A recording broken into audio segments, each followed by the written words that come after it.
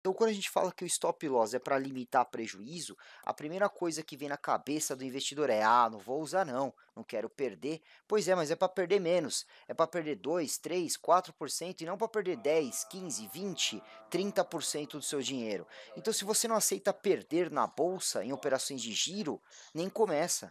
Não começa, porque eu só tenho uma única certeza: você vai perder. O que importa é, entre lucros e prejuízos, você está no positivo no mês. Mas ninguém vai acertar todo o trade, não existe isso. Nenhum analista, por menor que ele seja, nenhum trader, ele vai conseguir acertar todas. Então você tem que estar preparado para o prejuízo. E se tem prejuízo, vamos minimizar ele com essa ferramenta, né, com o uso de stop loss.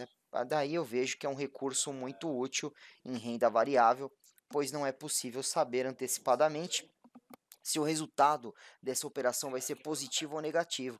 Então, se você não consegue saber se vai ganhar ou perder, é imprescindível aí usar uma ferramenta para minimizar o prejuízo. Por exemplo, suponha que aqui eu vou ter que dar nomes nas salas, principalmente os colegas aí que participam diariamente aí na sala educacional. Eu vou favorecer algum colega e vou prejudicar outro. Então, eu vou favorecer o JRR e vou prejudicar, na verdade prejudicar no bom sentido, né? É só para entendimento, vai, vou prejudicar o EWZ, já que ele tá fazendo graça comigo aí, com meu apelido hoje, eu vou pegar ele como exemplo. Então o JRR, ele conversa com o EWZ, né, e fala assim: olha, vamos comprar a Gafisa porque tá fazendo um pivô de alta e tá quebrando uma resistência, até aí nada de errado. Os dois amigos vão lá e compram a Gafisa no preço de 13,78. Só que aí, o que acontece? O JRR fala pro EWZ, ó, o seguinte, é operação de giro, hein? A gente tem que pôr stop loss. Aí o EWZ fala: não, imagina, esse negócio não é comigo não. Eu vou deixar lá, se voltar uma hora sobe, uma hora vai subir pro meu preço de entrada, e aí eu desmonto a operação. Usa você o loss, eu não vou usar não. Muito bem. Na sua análise, na análise, na verdade, do colega JRR, ele definiu um preço de loss que ficasse abaixo de um suporte ou abaixo de um candle que rompeu a resistência. Então ele definiu 13,14 como mínima do candle que gerou setup de compra. O que ele falou? Eu vou pôr meu loss abaixo do 13,14, né? Então eu vou definir o meu stop loss em 13,10. Se bater 13,10 eu tô fora, o que vai acarretar num prejuízo de 4,93. Foi o que aconteceu. Passou 2 semanas, o papel caiu, a Gafisa caiu e acionou o stop do JRR, e ele perdeu na operação 4,93. Mas aí o EWZ falou para ele: eu falei para você não pôr stop, quem mandou você pôr stop? Agora você teve prejuízo na operação. Eu não, eu vou esperar porque uma hora volta o papel. Aí sabe o que acontece, pessoal? Passou 1 ano e meio e a Gafisa continuou caindo e levou o papel para 3,68. Agora o colega EWZ está lá com seu prejuízo de 73,29%. Ou seja, por não utilizar o stop, ele está perdendo 73% que ele largou o trade lá. E aí não adianta ele falar para mim: não, uma hora volta para o preço de entrada. Mesmo que voltar, você tem que lembrar que todo esse período que a tua aplicação ficou lá travada, você deixou de rentabilizar, mesmo que fosse numa renda fixa, numa poupança, num CDB, num Tesouro Direto, né, numa LCI, LCA, qualquer aplicação de renda fixa, seu dinheiro estaria rendendo. Então tem o custo de oportunidade, mesmo que ele voltar para o preço de entrada, você estaria perdendo dinheiro nesse cenário. Então a lição que fica é: eu não posso largar operações de giro sem o uso de stop loss. A primeira coisa que eu tenho que aprender na bolsa é que quando eu vou para o giro, quando eu vou para análise técnica, eu tenho que ter preço de loss. Eu tenho que saber quanto tenho a perder nessa operação. E geralmente procurar trades tem mais a ganhar do que a perder. Não que toda vez você vai conseguir essa relação risco-retorno favorável.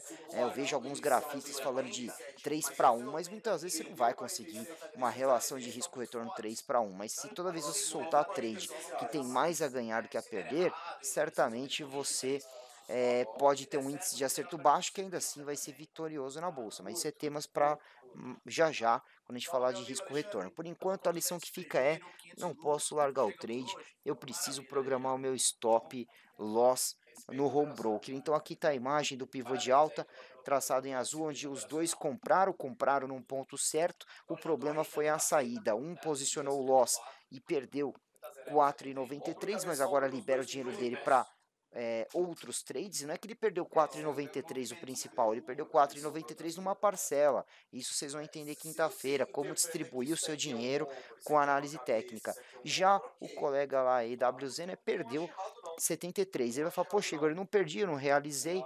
Verdade, mas o dia que se você realizasse naquele momento com o papel a 3,68, esse seria o prejuízo. E se você esperar, pode ser que passe anos e a Gafisa, nesse caso aí, não volte ao patamar de entrada.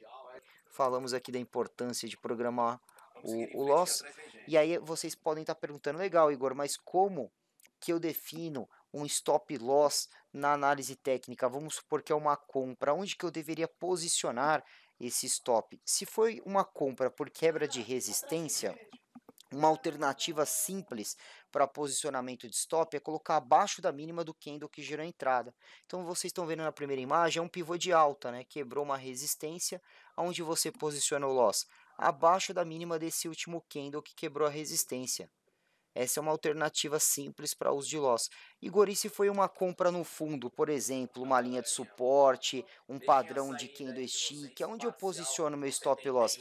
Abaixo desse fundo, aí é um stop curtinho. Se perde esse fundo, você sai fora, porque é contra a tendência o trade.